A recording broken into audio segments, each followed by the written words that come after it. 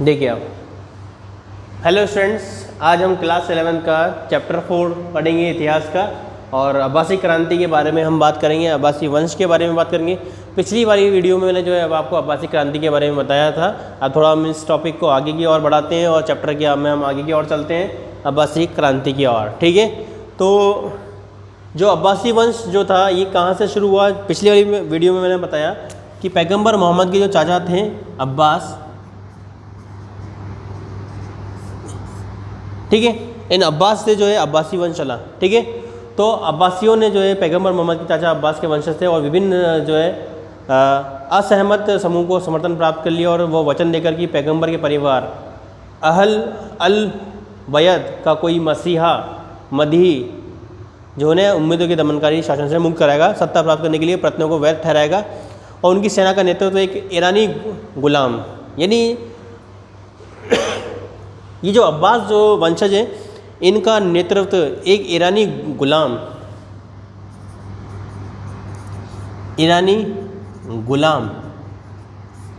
ठीक है, ये ईरानी गुलाम कौन था? अबू मुस्लिम।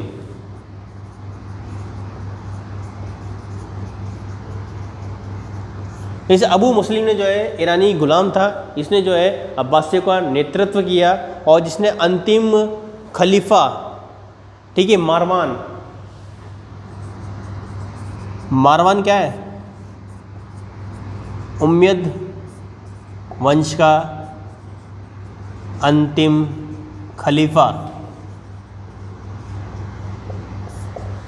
ये जो उम्मयद वंश का जो अंतिम खलीफा है मारवान, इस मारवान को जो है इस अबू मुस्लिम ने, ठीक है, युद्ध में हरा दिया। यानी जो है कुछ जो इनका युद्ध हुआ एक नदी के पास हुआ और नदी पर हुई लड़ाई में जो है इस मारवान को जो है अबू मुस्लिम ने मार गिराया। यानी जो अबू मुस्लिम ने, इसने किसको मार गिराया? मारवान को। ठीक है, उसके बाद है क्या, अब्बासी शासन में के अंतर्गत जो है अरबों के प्रभाव में गिरावट आई, जबकि ईरानी संस्कृति का महत्व बढ़ गया। तो धीरे धीरे क्या है, अब ईरानी संस्कृति का महत्व बढ़ने लगा। अब्बासियों ने अपनी राजधानी जो है प्राचीन ईरानी महानगर टेसिफोन के खंडरों के निकट बगदाद में स्थापित की। यानी अब जो है अब्बासी जो वंश है अपनी राजधानी जो है बगदाद, ठीक है, बगदाद में जो है इन्होंने अपनी राजधानी बनाया और टेसिफोन नामक क्षेत्र में। टेसिफोन नामक जो ईरान में जो क्षेत्र है, ठीक है, ईरान का एक महानगर है खंडरों में, उसके पास बगदाद में जो है इन अब्बासियों ने अपनी राजधानी, जिस तरह हमने देखा है उम्मयद वंश ने अपनी राजधानी जो है किस तरह जो है उसको स्थानांतरित किया। अब अब्बासियों ने जो अपनी राजधानी को जो है परिवर्तन कर दिया और ईरान में जो है टेसिफोन नाम की जो है खंडरों के निकट जो है बगदाद में उन्होंने अपनी राजधानी स्थापित करी। ठीक है, तो हम देखें आगे और चलते हैं। इराक और खुरासान की अपेक्षाकृत अधिक भागीदारी सुनिश्चित करने के लिए सेना और नौकरशाही का पुनर्गठन करके गैर कबीलाई आधार पर किया गया और अब्बासी शासकों ने खिलाफत को धार्मिक स्थिति और कार्यों को मजबूत बनाया और इस्लामी संस्थाओं और विद्वानों को संरक्षण भी दिया। ठीक है, इन्होंने करा, इन अब्बासियों ने जो है अपने दरबार में जो है धार्मिक स्थिति को मजबूत करने के लिए इस्लामी संस्थाओं और विद्वानों को अपने राज दरबार में जो है संरक्षण देना शुरू कर दिया। यानी कहने का मतलब ये है कि इन अब्बासियों ने जो है अपने ही दरबार के अंदर जो है कुछ जो धर्म के गुरु हैं, कुछ जो खलीफा हैं, ठीक है, और जो कुछ संस्थाओं और विद्वानों को जो है संरक्षण देना शुरू कर दिया। लेकिन सरकार और साम्राज्य की ज़रूरतों में उन्हें राज्य के केंद्रीय स्वरूप को बनाए रखने के लिए मजबूर किया और उन्होंने उम्मयद के शानदार शाही वास्तुकला और राजदरबार के व्यापक समारोह की परंपरा को बरकरार कायम रखा। यानी जो है उस समय अब्बासी वंश की जो शाही दरबार की जो बनावट है या उनकी जो स्थापत्य कला है उनको इसने जो बरकरार रखा, आगे तक रखा। यानी जो है अब्बासी वंश ने जो है वास्तुकला, इमारतें, मस्जिदों का निर्माण शुरू कर दिया ताकि इस वंश की अपनी एक पहचान बन सके। ठीक है, तो आगे देखिए, जिस शासन को पहले इस बात पर गर्व था कि उसने राजतंत्र को समाप्त कर दिया, और उसे ही राजतंत्र के फिर से स्थापित करने के लिए मजबूर होना पड़ा। यानी जिस अब्बास या अब्बासी वंश ने जिस उम्मयद वंश को ख़त्म करा, अब वही अब्बासी वंश जो है राजतंत्र को पुनः गठित करने के लिए जो है मजबूर होना पड़ा। यानी कहने मतलब है कि जब अब्बास के वंश के जो लोग हैं इन्होंने जब उम्मयद वंश का खात्मा किया तो अब इन्हें भी जो है केंद्रीकरण की आवश्यकता होने लगी और इन्होंने जो है धीरे धीरे जो है राजतंत्र को सुदृढ़ करने के लिए मजबूर होना पड़ा। ठीक है, मजबूर होना पड़ा तो धीरे धीरे जो है अब्बासी जो है अपना वर्चस्व कायम करने लगे। अब उसके बाद में देखिए कि अगला टॉपिक हम चलते हैं आगे, खिलाफत का विघटन और सल्तनतों का उदय। ठीक है, यहाँ तक तो आपको समझ में आ गया।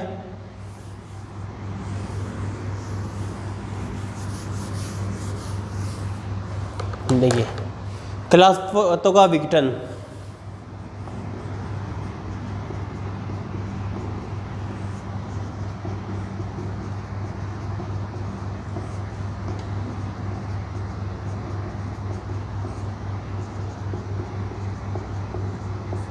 सल्तनत का या सल्तनतों का उदय।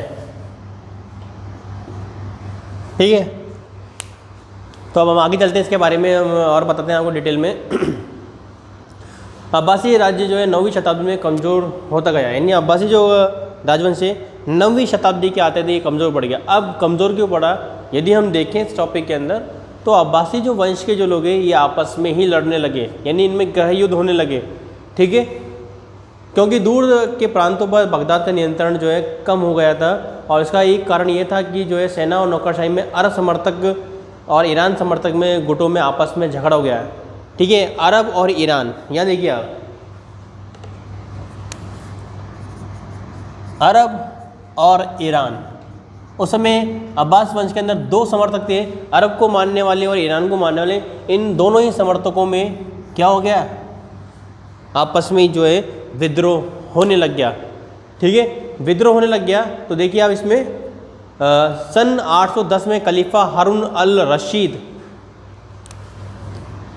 810 में सन हारून अल रशीद, हारून अल रशीद, ठीक है, हारून अल रशीद के पुत्रों, ठीक है, अमीन और मामून में के समर्थकों के बीच में, अमीन और मामून, ठीक है, मामून,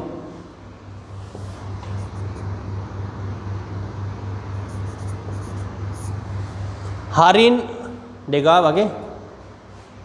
तो उसमें हारून अल रशीद के जो पुत्र हैं अमीन और मामून, ये क्या है, पुत्र है, और ये पुत्र किसके हैं, हारून अल रशीद के। ठीक है, तो धीरे धीरे देखिए आप इन दोनों ही पुत्रों के बीच में जो है, यानी इनके जो समर्थक हैं अमीन और मामून के जो समर्थक हैं, इन समर्थकों के बीच में जो है गृह युद्ध शुरू हो गया और जिसमें गुटबंदी और हम देखें गहरी हो गई और तुर्की गुलाम अधिकारी ममालुक एक नया शक्ति के रूप में एक शक्ति गुट बन गया। ममालुक एक और नया नाम आया है,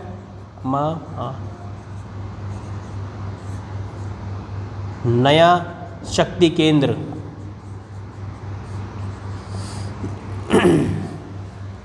ममालुक जो है एक नया शक्ति केंद्र बन गया और एक बार फिर जो है सुन्नी रूढ़िवाद के साथ साथ सत्ता के लिए प्रतियोगिता की। धीरे धीरे अब ये जो है कंपटीशन हो गया है कि किसे सत्ता में आना है और गृह युद्ध होने लगे और ऐसे एक ही परिवार के लोग जो है उनमें गृह युद्ध जो है शुरू हो चुका था। अब उसके बाद देखिए आप धीरे धीरे जो है अब्बासी वंश का विघटन होना शुरू हो गया और धीरे धीरे जो है खुरासान और ट्रांसकीनिया यानी तुरान में ताहिरी और सामानी वंश की स्थापना हो गई। मिस्र और सीरिया में जो है तुलूनी वंश की स्थापना हो गई। तो धीरे देखिए अब क्या हो रहा है, इस अब्बास वंश के अंदर जो है विघटन हो गया। छोटे छोटे नए प्रांत, छोटे छोटे नए वंश जो है उत्पन्न होने लगे अरब और ईरान के अंदर। ठीक है, तो अब्बासी की सत्ता जो है जल्दी ही मध्य इराक और ईरान, पश्चिमी ईरान तक सीमित रह गई और सन 1945 में वो भी छिन गई। यानी अब जो अब्बासी जो है इनकी जो सत्ता बची थी पश्चिमी क्षेत्र के अंदर, ये भी जो है 1945 के अंदर इनकी सत्ता छिन चुकी थी अब्बासियों की। कैस्पियन क्षेत्र में बुहाविया नामक शिया वंश के बगदाद पर कब्जा कर लिया। अब क्या कर रहे हैं कि जो बुहाविया नाम का जो शिया वंश है, अब नया एक वंश आया है वापस से शिया वंश। इस शिया वंश ने जो है बगदाद पर कब्जा कर लिया है। यानी आपने शुरुआत में मैंने कहा कि अब्बासी ने जो है अपनी राजधानी बगदाद में बनाई, तो अब इस बगदाद पर जो है इस शिया वंश की जो है अधिकार हो गया। ठीक है, तो धीरे धीरे जो है इन अब्बासियों की जो है सत्ता खत्म होने लगी और शासकों ने विभिन्न उपाधियाँ धारण की, जिनमें से एक प्राचीन ईरानी पदवी शहंशाह भी शामिल है। लेकिन खलीफा ने पदवी धारण नहीं की और उन्होंने अपने अब्बासी खलीफाओं, अपने सुन्नी प्रजाजनों के जो है प्रतीकात्मक मुखिया के रूप में धारण किया। खिलाफत को समाप्त करने का फैसला बड़ा चतुराई से था, क्योंकि एक अन्य जो है शिया व फातिमा की महत्वाकांक्षा थी कि वह इस्लामी जगत पर जो है शासन करे। फातिमा का संबंध जो है अगर हम देखें शिया संप्रदाय के एक उप संप्रदाय इस्लामिया वंश से था। उनका ये दावा था कि वो पैगंबर मोहम्मद की फातिमा के वंशज है और इसलिए उन्होंने इस्लाम के एकमात्र न्याय संगत शासक हैं। तो धीरे धीरे हमने देखा कि धीरे धीरे जो है इसमें बदलाव होने लगे। तो फातिमा जो पैगंबर मोहम्मद साहब की बेटी थी, इस फातिमा से जो एक नया वंश शुरू हुआ, फातिमा वंश शुरू हुआ और इस फातिमा वंश ने जो है धीरे धीरे जो है अपनी वर्चस्व कायम करना शुरू कर दिया। ठीक है, तो यदि हम देखें इस चैप्टर के अंदर धीरे धीरे हम आगे बढ़ते हैं, तो इस्लाम के एकमात्र न्याय संगत था और उत्तरी में क्षेत्र में जो है अपने अड्डे में उन्होंने 969 में मिस्र को जीता। ठीक है, फातिमा खिलाफत की स्थापना करी। यानी 969 में जो है उन्होंने जो है फातिमा वंश की स्थापना शुरू कर दी थी। ठीक है, और अपनी पुरानी राजधानी जो है फुसात की बजाय एक नया शहर काहिरा की राजधानी बनाया। इन्होंने क्या करा, अपनी राजधानी जो है काहिरा में बनाई। किनने? इन फातिमा वंश के लोगों ने काहिरा में अपनी राजधानी बना दी और जिससे जो है अगर स्थापना मंगल ग्रह मिहरिक अल काहिर भी कहा जाता है के उदय होने के साथ साथ जो है धीरे धीरे जो है इनके अंदर ये बदलाव आने लगे।